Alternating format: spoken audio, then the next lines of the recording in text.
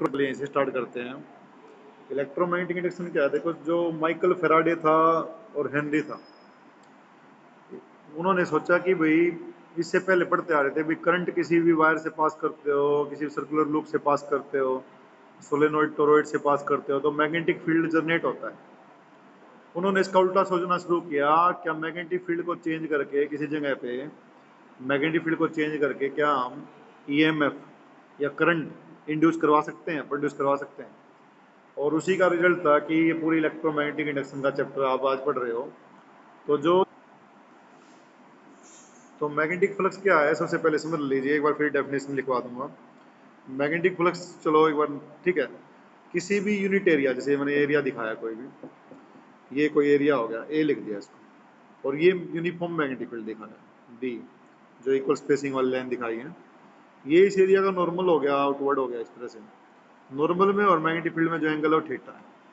तो किसी भी एरिया से कितनी मैग्नेटिक फील्ड लाइंस पास होती है नॉर्मली, नॉर्मली कितनी ओके मैग्नेटिक फील्ड लाइन पास होती है किसी एरिया से, उसी को हम बोलते हैं मैग्नेटिक फ्लक्स।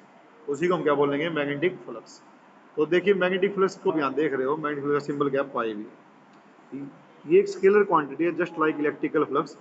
इलेक्ट्रिकल फ्लक्स में तो इलेक्ट्रिकल फील्ड लाइंस देते हैं, मैग्नेटिक फ्लक्स में मैग्नेटिक फील्ड लाइंस देते हैं। ये हमारा दोनों में डिफरेंस है। डेफिनेशन क्या बनेगी साथ में आप नोट्स बनाइएगा। It is equal to number of magnetic field lines, ठीक है, कितनी number of magnetic field lines pass हो रही है हमारी, passing normally, passing normally through any unit area is called magnetic flux.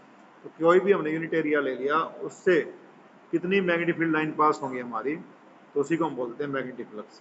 ठीक है जी, ओके। तो इसको जैसे सिंपल एग्जांपल से मैं अभी नीचे समझाऊंगा मैथमेटिकल फॉर्म में, तो आप इसको एक बार यहाँ तक जो, ठीक है। तो मैग्नेटिक फ्लक्स निकालने का तरीका क्या है, मैग्नेटिक फील्ड बी, एरिया जो भी है ए, और नॉर्मल के बीच में और मैग्नेटिक फील्ड के बीच में जो एंगल उसका कोस थीटा।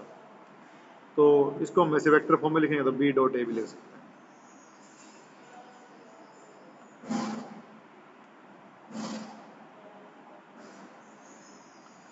तो ये पहला केस लिया हमने, थीटा इक्वल टू 0 डिग्री।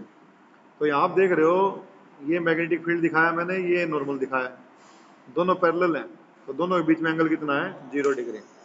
तो ये जो बी है ये हमारा ऐसे है, ये एन है हमारा, ठीक है। अभी दूसरे ग्रुप में मैंने नोट्स भी बनवाए हैं साथ में। तो बी और एन में एंगल कितना हो जाएगा हमारा, 0 डिग्री। ओके। अब एक बात बताओ मुझे, यहाँ बी और एन में तो एंगल 0 है, बी में और प्लेन ऑफ कॉइल में कितना एंगल बनेगा, ये होगा प्लेन ऑफ कॉइल, और ये बी इधर से आ रहा है, तो ये एंगल कितना प्लेन ऑफ कॉइल में और बी में, 90 डिग्री बनता है। तो हम बोल सकते हैं कि जो मैग्नेटिक फील्ड है, पहले केस का नाम रखेंगे हम, magnetic field is perpendicular to plane of coil. तो इस केस में जो मैग्नेटिक फील्ड है हमारा, that is perpendicular to the plane of coil है हमारा, ठीक है, ओके। चलिए, तो मैग्नेटिक फील्ड जो perpendicular to plane of coil होगा, तो उस केस में आप देख रहे हो सारी मैग्नेटिक फील्ड लाइन रिंग के अंदर से ही पास हो रही है हमारी, तो हम कह सकते हैं फ्लक्स मैक्सिमम है। तो ऐसे इस केस में हमारा फ्लक्स जो है मैक्सिमम आएगा, निकाल के देखो, थीटा को 0 पुट करो तो cos 0 1 होगा, तो फ्लक्स कितना आएगा, मैक्सिमम आएगा। तो ये फर्स्ट केस है हमारा। तो इसमें क्या सीखा आपने, जब मैग्नेटिक फील्ड हमारा perpendicular to plane of coil होगा तो फ्लक्स हमारा क्या आएगा, मैक्सिमम आएगा। सेकंड केस में ये प्लेन हो गया कॉइल का, ये मैग्नेटिक फील्ड हो गया, पैरेलल दिख रहे हैं ना दोनों, तो ये प्लेन के साथ कितना एंगल बनाएगा, 0, और नॉर्मल के साथ 90, ठीक है।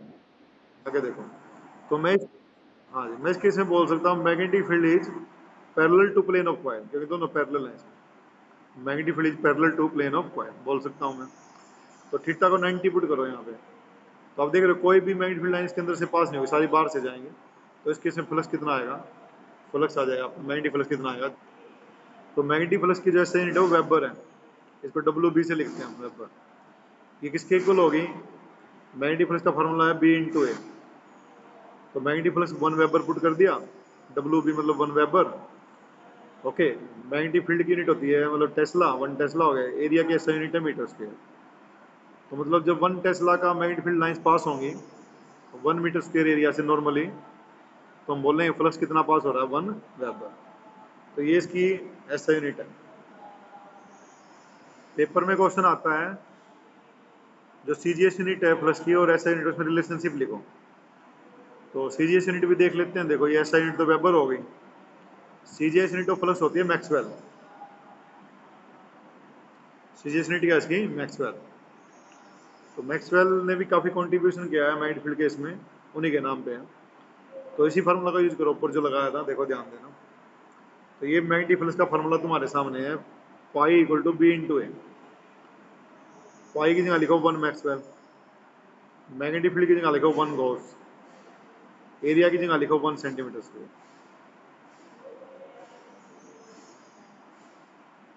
एरिया की जगह लिखो 1 सेंटीमीटर स्क्वायर।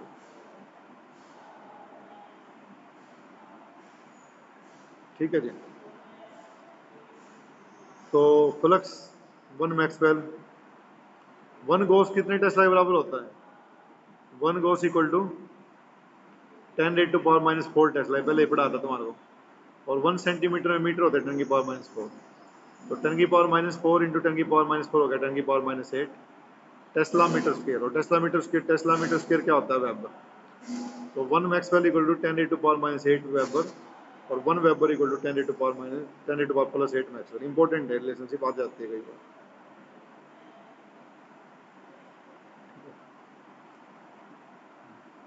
इस एक्सपेरिमेंट में फेराडे का फर्स्ट एक्सपेरिमेंट ये है।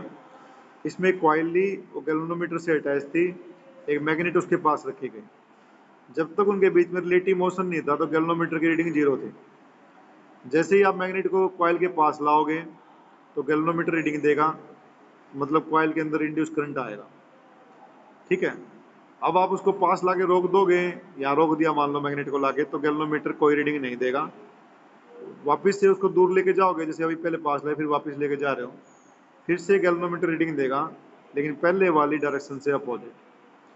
ऐसा क्यों होता है? क्योंकि फर्स्ट केस में जब मैग्नेट को आप कॉइल के पास लाओगे, जब तो ये मैग्नेटिक फील्ड लाइंस जो थी आपकी कॉइल में से जो पास हो रही थी बढ़ती जाएंगी, तो फ्लक्स इंक्रीज हो रहा था।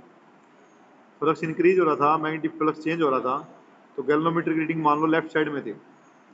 लेकिन जब आप इसको दूर लेके जाओगे मैग्नेट को, तो फ्लक्स डिक्रीज हो रहा होगा, तो इसलिए गैल्वेनोमीटर का जो करंट है रीडिंग है वो भी आपकी अपोजिट डायरेक्शन में आएगी।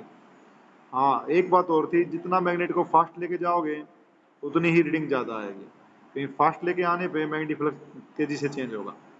अभी लिखना नहीं है, बाद में इकट्ठे लिखेंगे सारे पॉइंट्स। तो ये पहला एक्टिविटी थी, पता सोलेनोइड।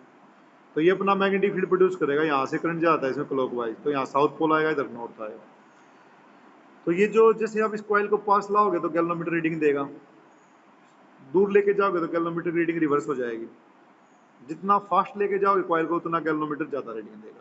कंक्लूजन वही है इसका भी, जब दोनों के बीच में रिलेटिव मोशन होगा तो कॉइल सी से जो मैग्नेटिक फ्लक्स पास हो रहा है, मैग्नेटिक फील्ड लाइंस जो पास हो रही है, वो इंक्रीज या डिक्रीज होने शुरू हो जाती है। और जब कॉइल सी से मैग्नेटिक फील्ड लाइन पास हो रही है, इंक्रीज डिक्रीज होंगी, तो उसका फ्लक्स जो उसमें लिंक कर रहा है वो चेंज होगा। और जैसे जैसे फ्लक्स चेंज होगा तो ईएमएफ या करंट इंड्यूस होगा। तो ये इसकी सेकंड, सबसे पहले उसने की को क्लोज किया, के को, रिलेटिव मोशन कुछ नहीं है यहाँ पे। जैसे इसको क्लोज किया, नंबर 1 स्टेप, गैल्वेनोमीटर ने रीडिंग दी, मान लो लेफ्ट साइड दी।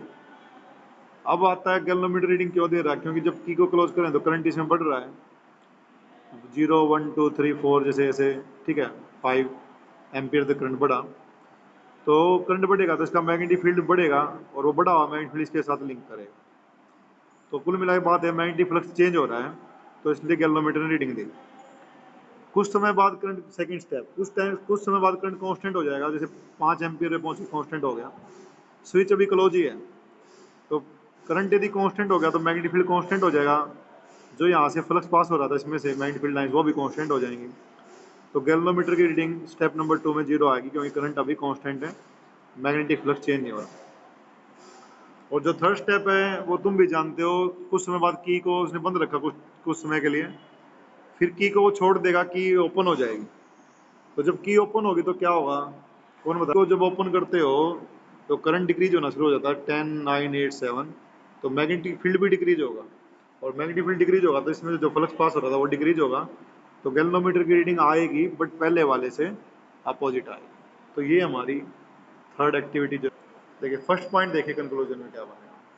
तो कंक्लूजन क्या है इसका? फर्स्ट पॉइंट देखिए,